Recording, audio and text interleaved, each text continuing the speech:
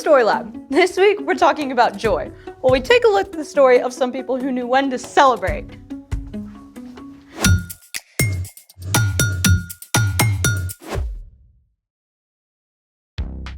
Hey, I'm Skylar. And I'm Sebastian. We're talking about joy, which is choosing to celebrate what God is doing. We have a lot of different reasons to celebrate, from big to small. Like finishing a race or finishing a puzzle. I started a puzzle last night, but it's not done yet. Did you finish the outside edges? Yeah. Then let's celebrate that. Cute.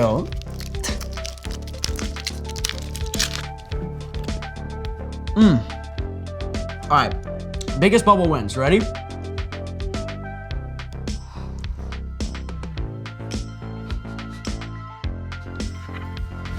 Good job. We're celebrating our celebrations. Every successful bubble deserves to be celebrated. And that's a lot of celebrations. Speaking of bubbles, I know how to create some epic ones. With gum? Not quite, but they're still awesome. Let's make it. For a giant bubble wand worthy of celebration, we will need 2 wood dowels, 3 yards of cotton cord, 2 eye hooks, and a couple of washers. Why do we need washers for bubbles? It helps make a bigger loop for bubble making. Step 1, take a dowel and screw one of these eye hooks in. It might help to have an adult drill a small hole for the hook.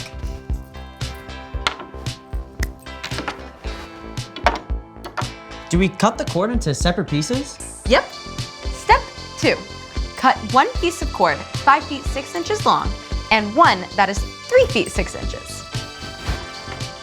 Scissors? Oh. Where'd you go? There you go. Make sure you use an adult to help you with scissors.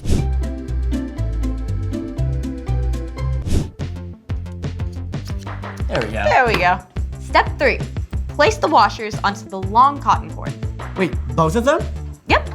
They will help later when we try to make big bubbles. Perfect. Step 4, tie one end of each cord to each dowel to make a giant smile.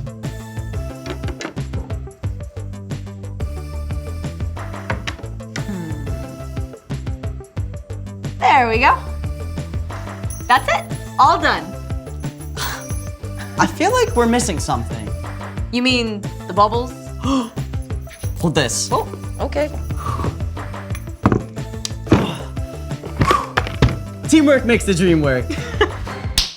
How do we do this? Hold the dowels together and dip the cords into the solution. Okay. Then, lift them gently, still holding the sticks together. When you are high enough, separate the sticks into a big happy smile again, then swing gently to make a bubble. Oh, that was awesome. That was a ginormous bubble. Every bubble is worth celebrating. Wait, let me try. Go for it.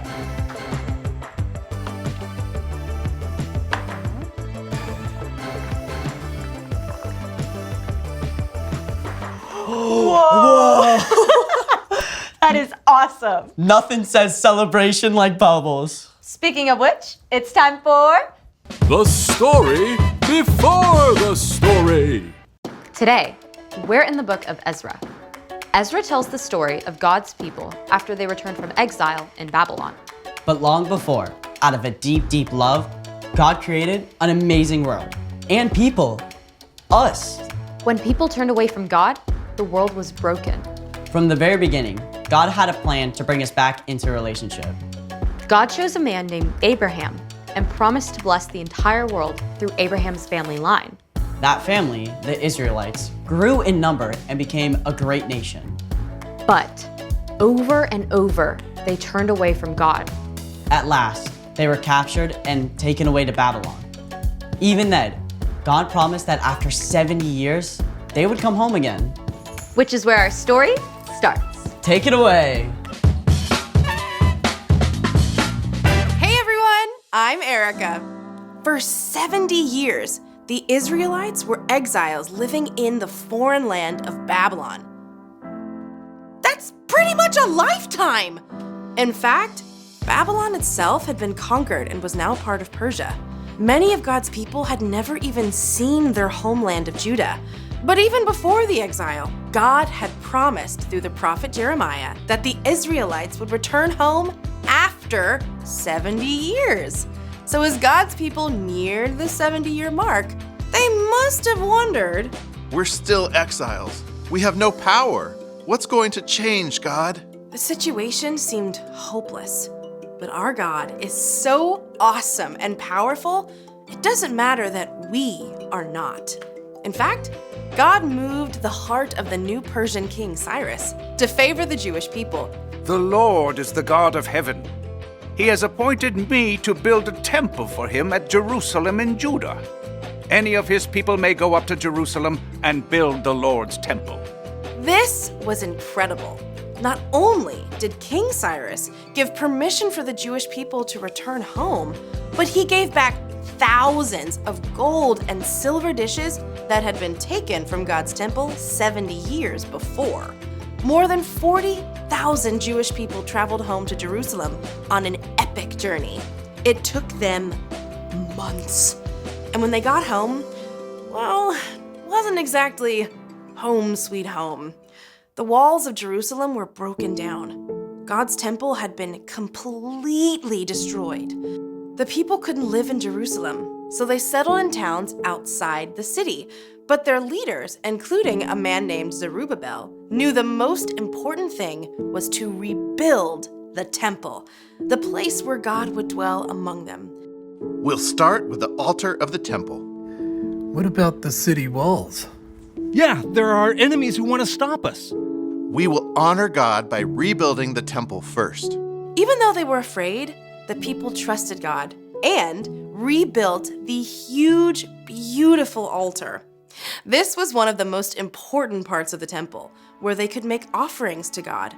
Once it was complete, they could begin celebrating the feasts and festivals that God had given to Moses hundreds of years before. Woo-woo! Part 1 was done. But there was still a huge amount of work to be done. So next, they tackled the foundations of the temple. All together now. 1, 2, 3. Massive cedar logs from faraway Lebanon were floated many miles and then carried overland to Jerusalem. Then, the people dragged them into place to form a strong foundation for the temple. Now, a foundation is a great start, but it's just a start. There was so much more work to do to rebuild the temple, and the city walls, and all Jerusalem. It probably felt overwhelming. The Levites, who had been given the role of leading God's people in worship, took their places before the temple foundation. With trumpets and cymbals, they led the people in praising God. The Lord is good. His faithful love to Israel continues forever. Thank you, God! Good! Most of the people had been born in exile and had never seen the temple before it was destroyed. But a few old-timers remembered the first glorious temple. Do you remember the first temple? It was bigger, grander. This one here's like a tiny ant compared to a giant grasshopper. It's true that the new temple wasn't as impressive as the first one. It was true, they still had a long way to go.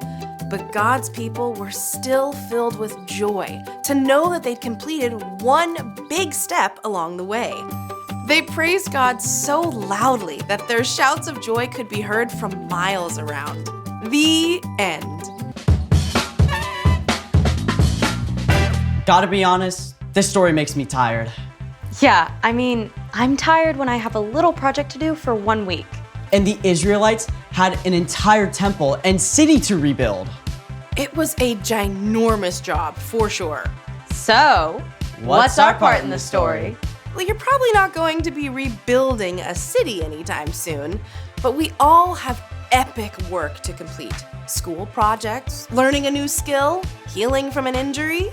Truth is, we will never be completely finished in this lifetime with all the things we need and want to do. That's why it's so important to celebrate the baby steps along the way.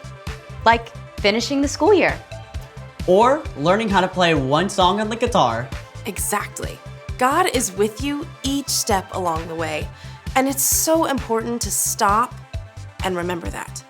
When you give thanks for all God has done and ask God for help to keep going, that can bring you joy. Even when you're not done yet. Yup. God knows we need joy in order to keep going. So this week, look for baby steps to celebrate. Like getting a good grade on your math assignment. Or making it a whole day without arguing with your sister. Or running around your block, working up your way to a 5K.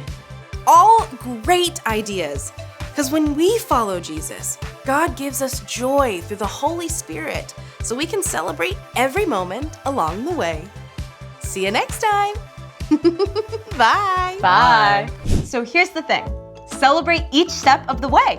Every step and every bubble. Ready to celebrate some more? Definitely. Instead of one giant bubble, how about a gazillion tiny bubbles? How about both? Whoa! Try it again, try it again. Whoa! Thanks for joining us in the Story Lab. See you next time. There's so many of them. Whoa, okay. Party people, where you at? It's time to celebrate. It's time to get it started. The party's happening here. That's right. I turn up the music loud. Dance like nobody's watching. We got a reason to cheer. Let's go. 'Cause Jesus, your love is for everyone. We're gonna shine your light. Shine your light today. So come on, clap your hands. And everybody dance. The party is popping. Nobody's stopping. We're gonna do it right and have a good time. All for you, Jesus, 'cause you're always with us. It's time to start the party. It's time to start the party. Oh yeah. All right. It's time to celebrate. It's time to get it started. The party's happening here. Yeah. Turn up the music loud. Dance like nobody's watching. We got a reason to cheer. 'Cause Jesus, your love is for everyone. We're gonna shine your light. Shine your light today. So come on, clap your hands. And everybody dance. The party is popping. Nobody's stopping. We're gonna do it right and have a good time. All for you, Jesus, 'cause you're always with us. It's time to start the party. Start it up. It's time to start the party. Oh yeah. It's time to start the party. It's time to start the party. All right, let's break it down one time. Get up now, party people, gather all around. No time to snooze, we gotta spread the news, so get on up and get down. Get up now, party people, gather all around. No time to snooze, we gotta spread the news, so get on up and get down. Get up now, party people, gather all around. No time to snooze, we gotta spread the news, so get on up and get down. Now go tell them about it. So come on, clap your hands, and everybody dance. The party is popping, nobody's stopping. We're gonna do it right and have a good time. All for you, Jesus, 'cause you're always with us. It's time to start the party. It's time to start the party. Turn it up. Oh yeah. It's time to start the party. It's time to start the party. Oh yeah. Ooh yeah. That's right.